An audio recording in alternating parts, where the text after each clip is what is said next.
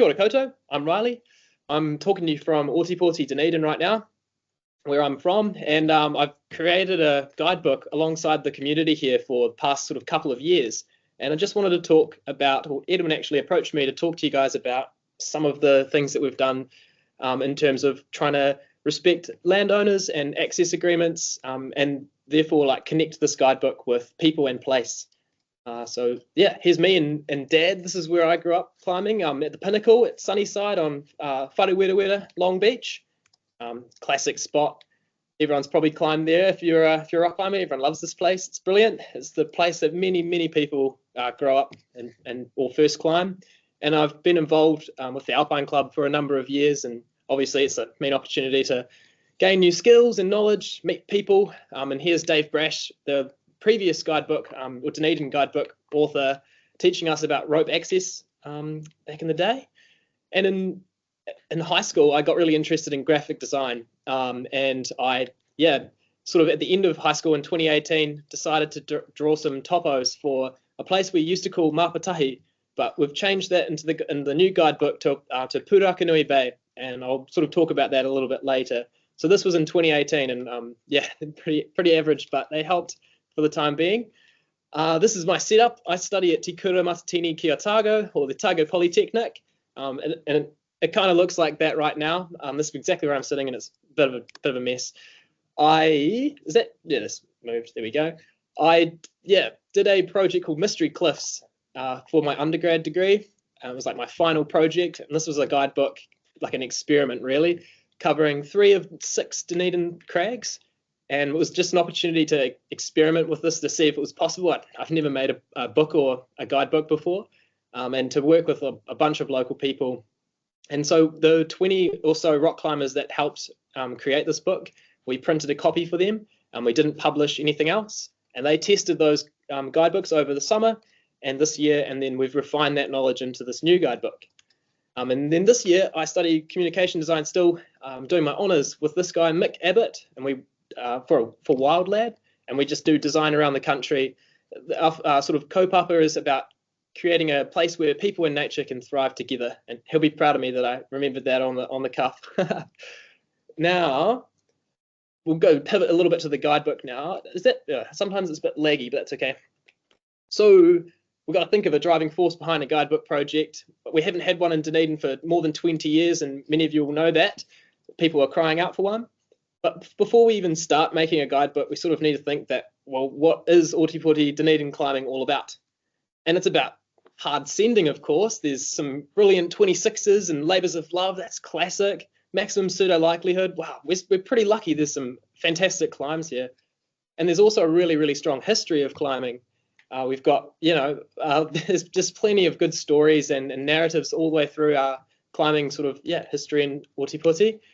But there's also really fun, easy climbs and places for people to learn and for their first time. And then on the far right, you've got Bob Chow on Transmag, which is the classic. This is the second pitch. It's about 13.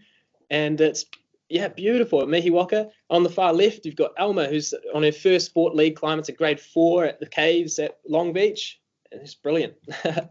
But also, actually, isn't having a picnic at the beach just as good of a day out as sending hard stuff? Or perhaps it's approaching to the crag. That might be your favourite part of the day. And the approach to Lover's Leap is a brilliant example of that. Or similarly, Mihiwaka, a fantastic crag we have in Ōtepoti that's based in this native forest, and it's a bit of a 10-minute walk to get there.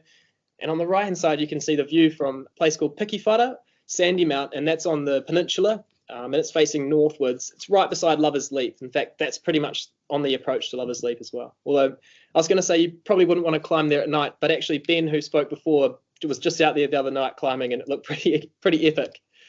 We also share the crags with these fantastic animals and plants, and just a huge variety of different creatures. On the left is a sea lion called Raumati, and he's a local to the north coast area, sort of near Long Beach of Dunedin. He's quite friendly with surfers and divers, especially if they've caught a fish. And on the right-hand side, obviously, a kaka. And we've actually been so lucky as well that kaka have been starting to grow, to sort of move out of the Orokonui Eco Sanctuary, which is a predator-free zone on the north coast of Dunedin as well. And we see them at Mihiwaka, the crag I showed you before. So it's just it's a special experience, and actually this is part of a good day out cragging too. And underpinned, like, yeah, also underpinned by, I guess, all of this is a significant history of Southern Māori, kaitahu, and various hapu as well. And that continues into the present and the future as well. And so when you stand back, you kind of realize that a guidebook potentially, and this is sort of a position that I'm putting forward, it could be an opportunity to celebrate this climbing, but also share all these other stories that make these places so special and worth visiting. So that it's not necessarily only applicable to rock climbers, but those that visit. So we'll talk a little bit about more of reflecting a coastal narrative. And as mentioned, these places are very significant to Kaitahu and Southern Māori. And yeah, so how do we reflect that within a guidebook with integrity and respect, and I guess an appropriate way as well. And as every research journey starts with libraries and visiting places and meeting people, this is no different. A couple of awesome things I found on the Dunedin area that I had no idea existed. On the top right of the screen, there's a little newspaper cutting, and it led to this documentary film, and that bounced onto this one, and it's really exciting process to be in. And in the middle top photo is a map of Dunedin. That's Kahuru Manu, and I'll talk about that in a minute.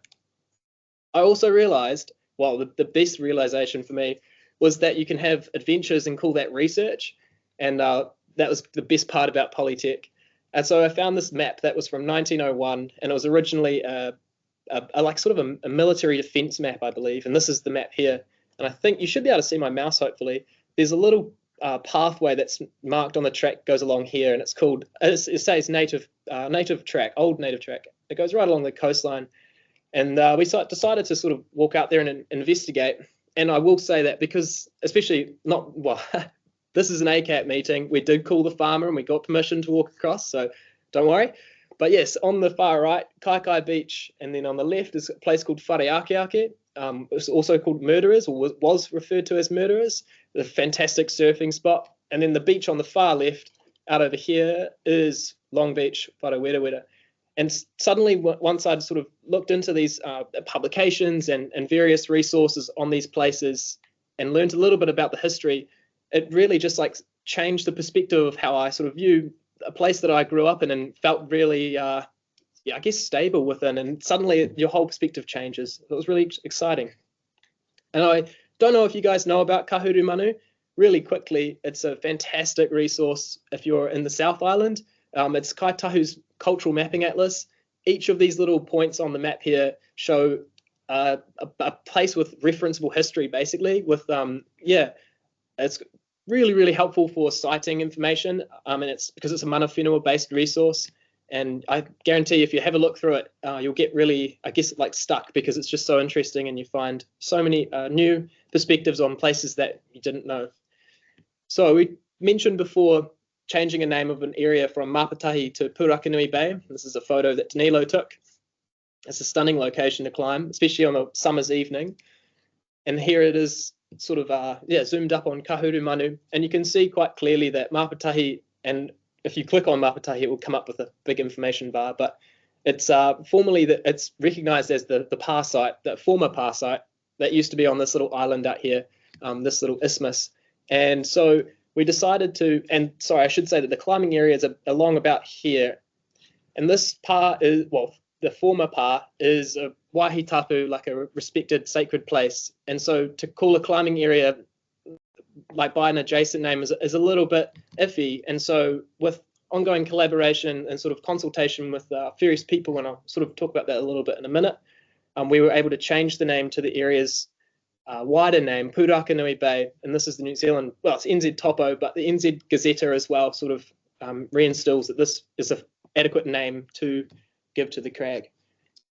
And Stu, pivoting a little bit more towards the climbing side of things and trying to see how the community can add their voice into this book.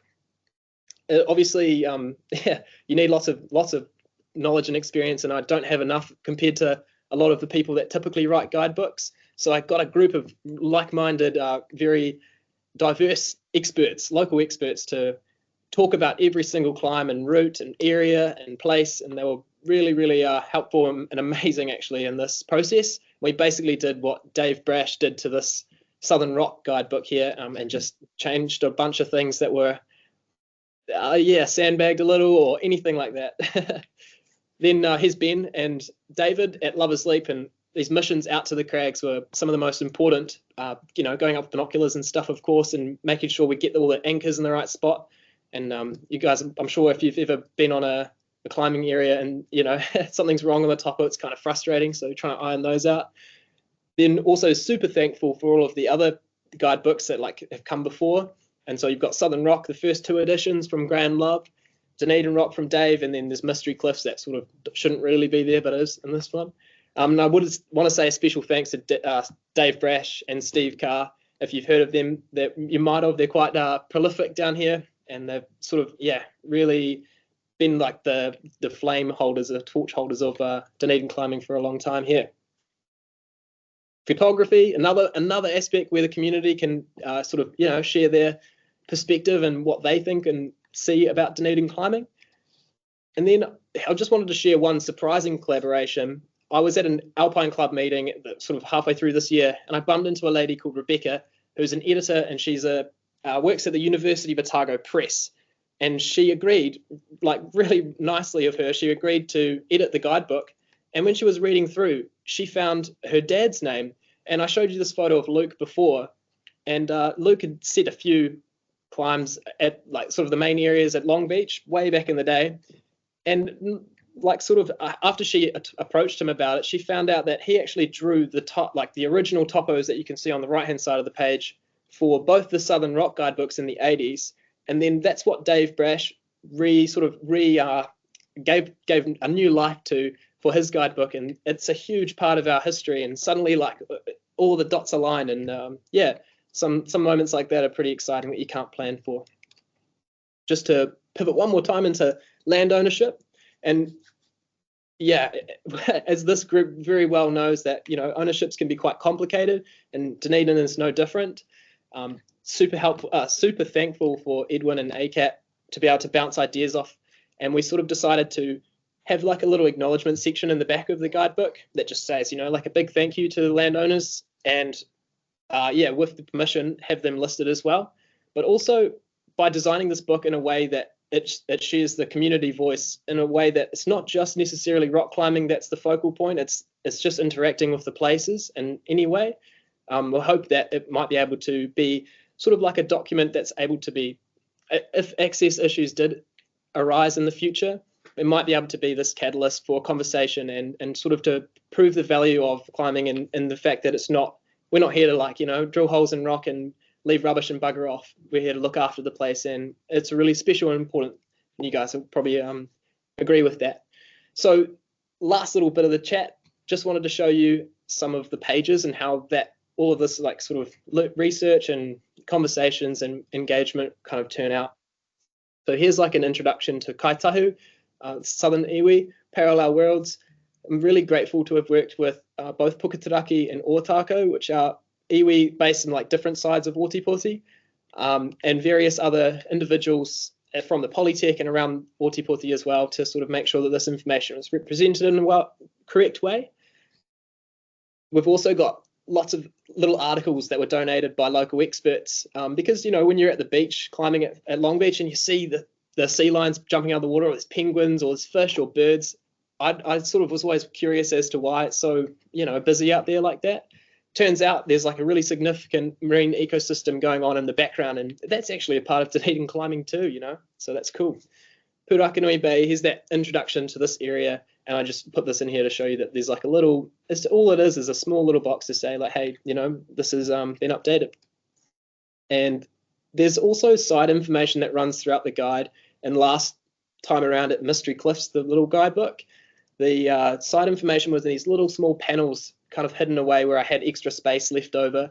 But this year we decided to turn that around a little bit, because the story of Mapatahi or Te Koka in these places is as relevant as the climbing if you're in the perspective of a land place-based product, I guess, or a book. So these stories, and you can see these little icons, the magnifying glasses, trying to say that the story that's beside it is just a pure slight mention. It's really just scraping the surface to say, and here's some further information. Go and research it if you want to. It's really interesting, and there's lots to do there. but I'm not here to tell the story myself, as like we're all aware. Yeah, it's definitely like an area that you've got to be really careful about misrepresenting other people's information, especially that belongs to mana whenua. And so, yeah, this was like where the collaboration and consultation, ongoing building relationships, like really matters. Then I thought I'd better stick in some rock climbing pages just to make it, a bit more exciting. So here's one of the newer areas that some people have been busy developing in Otipoti. It's actually an old area from sort of the 80s or even before that, and it's exciting. There's the classic, the pinnacle, will go full circle back to the sunny side. And then some Mihiwaka, and you can see in this one there's like a nice little piece about Urakanui Eco Sanctuary, and it's really just trying to say that, like, if you're in this area, you might as well go visit. It's beautiful, and like that's why there's heaps of birds here. It's fantastic.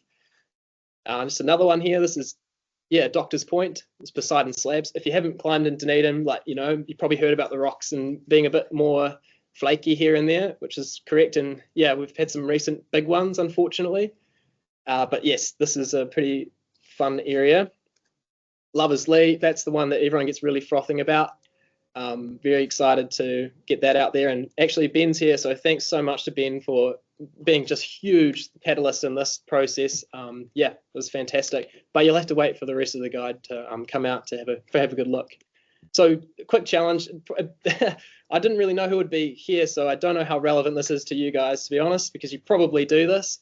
But go to your next time you go climbing, ask yourself what you don't know and try and find something out, because there's a lot out there. I was lucky to find in Dunedin there is a lot out there, and perhaps there is in your home as well. So Southern Faces, it's coming out in 2025 February, hopefully, is what we're aiming for. And yeah, I haven't talked about this before, so I hope that was somewhat legible and made a bit of sense. And I hope to see you down here having a climb. Kia ora, thank you.